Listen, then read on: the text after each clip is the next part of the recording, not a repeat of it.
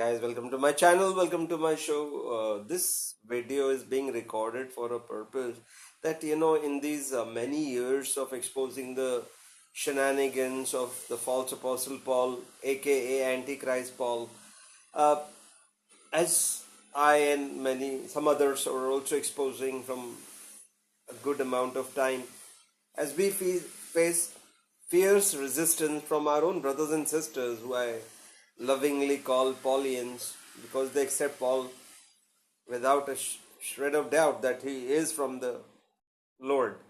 And when I record something, typically they try to harass me, or okay, they have their point of view, they try to debate, but they don't understand defending Paul is impossible. You know why? You can never in any sane and prudent court of law defend Paul. In the first hearing, the judge and the jury, whoever is in charge, will toss it out of the court that this man cannot be an apostle. What are you arguing on? To the people, to the Paulians, he will say. You know why? Let me tell you why. This is where I checkmate them. Because they come and spray 50, 60 verses of Paul. There are 14 books of Paul, including the book of Hebrews. Putting some from here, some from them, and conveniently forgetting, or maybe they are not even aware, that first, when we stand in the court of law, I will be arguing against Paul. I will be the public prosecutor / DA, district attorney. My first question will be this, where you guys will take a huge dive and the judge will dismiss your case that Paul is a genuine apostle. He'll say, no, you don't have what? Witnesses.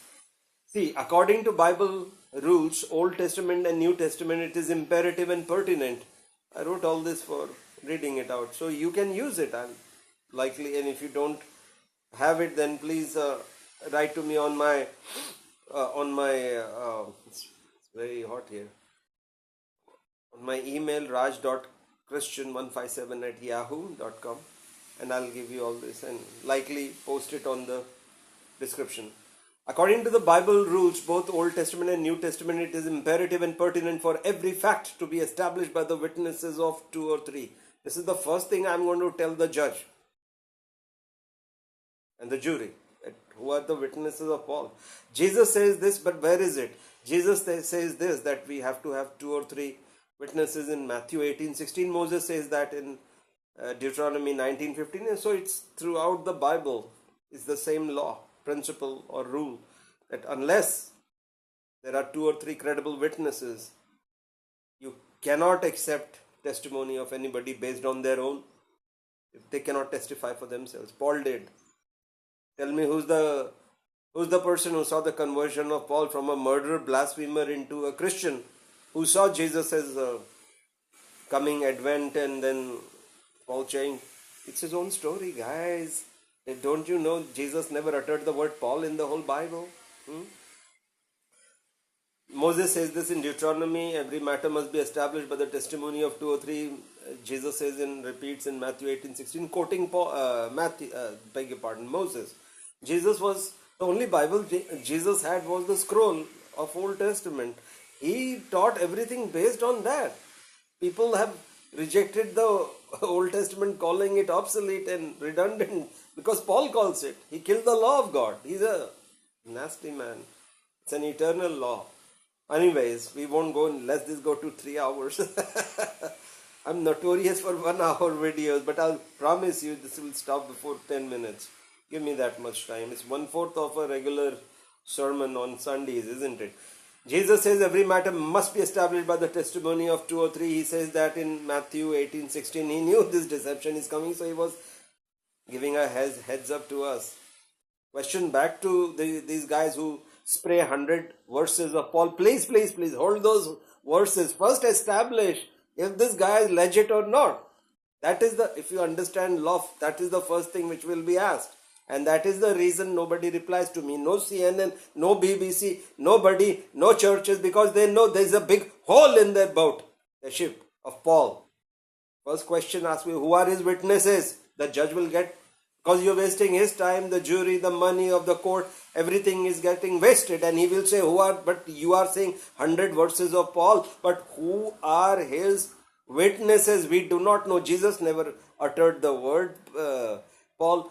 In Acts 1, Peter, after Matthias' appointment to replace the betraying Judas, he had sealed the table of apostles at 12 by saying that only those who have walked with Jesus from get-go, from his baptism all the way, who saw his resurrection, from that, them only they qualified to becoming an apostle. Nobody cared, nobody wanted to. Paul's ear-tickling doctrine of saved by grace through faith was so great, and not work. So you don't have to work, you don't have to be compliant with Jesus, you do not have to observe righteousness. That is the backbone of salvation. So all that was rejected. They were very happy, but they will lose in the court. Coming back to the scene, the judge is saying, so who are your witnesses? Because this man is a murderer, he's a blasphemer by his own confessions. Who are his witnesses? Defend, what is it called? Defending lawyer? Who are your witnesses? Defense lawyer. To make matters more confounding, the third witness also says the same thing. Guess who says in Bible that 2 or 3 witnesses are absolutely must, mandatory, imperative for every fact to be established as truth? You know who? Paul. It's an irony. He put a nail in his own coffin. Where does he say? In 2 Corinthians 13:1, every matter must be established by the testimony of 2 or 3 witnesses. Who are your witnesses, Paul? You yourself? What are their names? I've been a California notary public for 10 years. And we don't have an ID. We rely on testimony of witnesses who have an ID. We put them under oath. We register their name. They have to sign and thumb.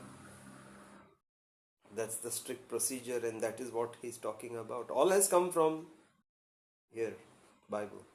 American law itself, I think, and most of the British law. They were inspired at least by how Father God laid down the principles, and Paul the lawless man killed the law. Anyway, so it's now in 2 Corinthians 13:1, it's in 18:16 Matthew, and 19:5 Deuteronomy. Now the question, Your Honor, to the defense lawyer is, who are Paul's witnesses? No names? Why? Why didn't anybody come forward? Because, Your Honor, nothing happened. It was a fabricated, concocted, cooked up tale to infiltrate the Church of Jesus Christ. The spy, this deceiver, from whose he was a snake, the man who says in 2 Corinthians 12:16, the crafty fellow I, Paul, am. I trapped you, church, by deceit. This is the man we are dealing with. So when we ask these Paulians, who are the 2 or 3 witnesses, they are confounded. They didn't know. Not your fault, Paulians. Your churches, your teachers, your pastors, they all have to take collective responsibility of this farce which has happened. It is so ludicrous, it is so heinous, it is so disturbing that Jesus' entire doctrine was knocked out of the scene. It was destroyed and replaced by Satan's right-hand man, Paul. And that's the doctrine of grace, which is the opposite of covenant. Check. I won't expound on that. Grace is the opposite of covenant, and therefore Jesus never uttered the word grace in the entire Bible. I'll summarize this and close this.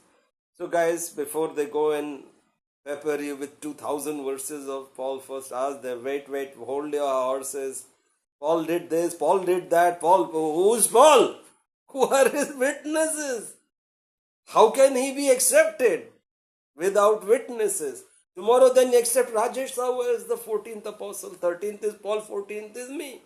I can say Jesus comes and talks to me every night. That's my own testimony. Please don't believe it, guys. Or anybody. There are 8.5 billion people on earth. All of them can say the same thing. If we accept Paul, let's accept them also.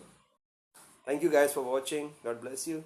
Hope you get an idea of how to combat the deceptions of the false apostle Paul and counter argument against the fact that he was a deceiver. If the Paulians come and heckle you, then here you are. Show them this video. You don't even have to argue. Let them answer me. Which court in the world will accept this man as a legit apostle? You who are in love and awe of him may do it. But in legal standards, he's a big zero. Alrighty, God. God bless you guys.